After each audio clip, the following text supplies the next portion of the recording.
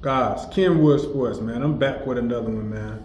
Back with another video for y'all. I want to talk about this Washington Commanders at, or is it going to be the Bucks at the Commanders? Either way it go, this going to be a great game. I cannot wait for it. This is one of the games right here that I'm excited for over the weekend. I know we're going to have Pittsburgh and Baltimore. I know it's going to be Minnesota and the Rams. But this game right here, the Washington Commanders at the Tampa Bay Bucks, or whichever way it's going to be, it don't even matter. It can be anywhere. I can't wait to watch this game. I will not miss this game. This game is going to be fireworks. I'm telling you. This is a rematch, another week one rematch. The Washington Commanders lost to the Bucks 37-20. Jayden Daniels' first game of the year. Okay? He didn't lose many more after that, because after that they went 12-4 to finish 12-5 for the Washington Commanders, and the Bucks went 10-7, winning the NFC South in the last game of the year. Atlanta Falcons lost to the Carolina Panthers, and the Bucks went out there, handled their business, got the W, and won. All right, but before I get into this, y'all already know I got the best sports channel on YouTube. If you haven't subscribed, go ahead and subscribe. Leave me a comment. Let me know what you think about this video. Let me know who you think gonna win, or whatever you got to say about this video. Let me know in the comments, okay? Because I can't wait for this game, man. Baker Mayfield. Man, I gotta take my hat off to Baker Mayfield, because I talked a lot of noise about Baker Mayfield. I didn't really believe in him. I really wasn't believing in Baker Mayfield. I seen how Nick Chubb and Kareem Hunt was running that football in Cleveland. I seen how many air balls, how Baker was throwing that football to Odell Beckham Jr. Y'all know the whole saga that went down in Cleveland. Cleveland got rid of Baker. I didn't believe in him. I'm not gonna lie. I know he was a decent college quarterback. I know what he did. I've been watching him his whole career. I was waiting on him to come around. Baker Mayfield has come around, guys. If y'all don't know, Baker done threw for over 4,500 yards and 41 touchdowns. Add 300 more for rushing and 2 touchdowns, maybe 3 touchdowns on the ground. Baker has had himself a year. I'm not even gonna lie. Baker didn't surprise me. I'm not gonna lie. Mike Evans, y'all know about Mike Evans. Mike Evans went over 1,000 yards for the 11th straight time. He tied Jerry Rice's record for first 11 seasons over 1,000 yards.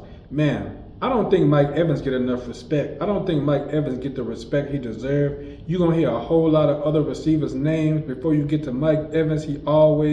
I don't never hear nobody calling him out like that for real. I don't know if it's because he playing the NFC South. I keep telling y'all, stop sleeping on the NFC South. This dude, you're gonna hear Justin Jefferson, CD Lamb, Tyreek. You're gonna hear AJ Brown, Devontae Adams. You're gonna hear all these receivers before you get down to Mike Evans. And this dude right here keep doing it every year. He missed 3 games this year. He is a dog. Coverage was rolling to him because Chris Godwin was out. He went out earlier in the year with a broken leg or foot or something he broke. He has been out for the rest of the year weeks ago, okay? Mike Evans mixed 3 games himself and still got that 1,000. He is a dog. I know about him. The Saints face him every year, multiple times a year. Him and Marshawn Lattimore had so many different battles. Marshawn is gone now. He's playing with the Washington Commanders. But I just want to say, man, people got to start putting more respect on Mike Evans' name, all right? He got his incentives. I'm happy for that, because the dude is a grinder. He's a hard worker, and the team know that he put the work in and go out there every week and try to win these games. But Bucky Irvin for the Bucks, the running back for the Bucks, has been balling, man. He's taken over the majority of the snaps for the Bucks. He went over 1,100 yards rushing, okay? And I know he had some receiving yards too. I got to look and see how many receiving yards he had. But I'm excited about seeing Bucky Irvin play, but not when he play against us, man, because dude is a baller. He was balling like this against Oregon. When he was with Oregon, before he got to the league, I seen what he can do. Him and Bo Nix was balling over there at Oregon, man. And Bucks, they got a good running back in Bucky Irvin, a guy who can turn on the jets, a guy who can guide it left and right, lateral movements, okay? But Jayden Daniels. Jayden Daniels is off the charts, man. I love what he's done. Over 800 yards rushing in his first year, 25 passing touchdowns, 3,500 passing yards. Excuse me. Jayden Daniels has been going off. He will be the offensive rookie of the year for the Washington Commanders, for the NFL. I love what he's doing on the ground. I love what he's doing through the air. His decision making, when he decides to turn on the jets and get out of there, he's gone. He's a hard guy to deal with. You got to prepare. You got to go watch your film. You got to know his tendencies, what he's good at, what he's not, anytime a team is prepping for Jayden Daniels. I've been watching him since Arizona State. He balled out with LSU, went over 1,000 rushing yards. I can't recall how many players at quarterback that went over 1,000 yards rushing in the SEC. Those defenses come to play every week in the SEC. You got to be on your P's and Q's, and for a running back to go for 1,000, you got to be like Cam Newton or somebody. I don't even know if Cam went for 1,000. But at the same time, this game is going to be fireworks, okay? Terry McLaurin and Jayden Daniels they've been on the same page, and it's been clockwork. Every game I watch, Terry McLaurin, Zach Ertz, who played for Philadelphia previously in that same division, he's a nice tight end. I like what he brings to the game. He's a big target, has a nice catch radius, okay? This Washington team wants to get their get back from the regular season. This playoff games are a different intensity, okay? I trust Jayden Daniels in this position, okay? I know the offensive coordinator, they are allowing him to do the things that he's done in the past, previously in his college years, in order to be successful. And he's taking full well advantage of that, okay? The defensive side of the ball, Dante Fowler for the Washington Commanders, he is having a career resurgence with 10.5 sacks. I think that's the most sacks that Dante Fowler has had in the sacks. On that line with Cleveland Farrell from Clemson and the Alabama guys, Jonathan Allen and Deron Payne, both of those guys sitting on that defensive front with Cleveland Farrell. From Alabama, those boys right there are some big run stuffers, okay? I like Deron Payne and I like Jonathan Allen. I believe only one of them was drafted there. I'm thinking it was Deron Payne, if I'm not mistaken. But we got to realize they added Marshawn Lattimore to that.